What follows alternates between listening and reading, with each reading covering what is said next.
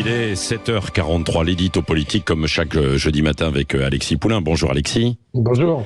Vous revenez sur France Travail qui a donc été visé par une cyberattaque. 43 millions de personnes qui pourraient être potentiellement touchées, Alexis.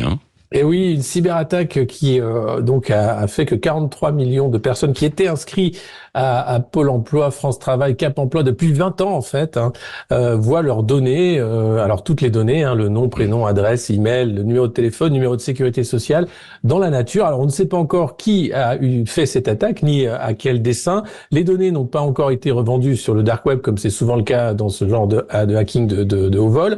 La question qui se pose, c'est pourquoi avoir mis si longtemps à se rendre compte de cette attaque qui a duré pendant un mois, du 5 février au 6 mars, avant que France Travail ne se rende compte des requêtes, comme on dit, étonnantes sur les serveurs et que ces données ne soient exfiltrées. Donc ça pose des questions sur la sécurité, évidemment, de ces profils. On apprenait dimanche que certains sites de ministères français avaient été eux aussi ciblés, là par des groupes de hackers revendiqués.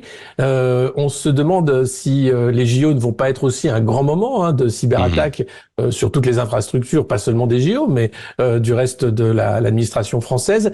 Et c'est vrai que quand on voit l'ampleur de cette attaque, 43 millions de profils, on peut se demander si tout est mis en place pour préserver l'anonymat et les données des Français, sachant que on a maintenant un espace de santé en ligne, on a maintenant une carte d'identité dématérialisée, donc toutes ces données, si elles ne sont pas sécurisées, c'est encore plus inquiétant pour les Français si on n'a pas les preuves que la sécurisation va de pair avec la numérisation. Or, jusqu'à présent, on a la numérisation, mais pour ce qui est de la sécurisation, on a l'impression que la France a un train de retard, même si il y a une task force qui s'est mise en place et que évidemment le parquet de Paris, va lancer une enquête pour les données de France Travail.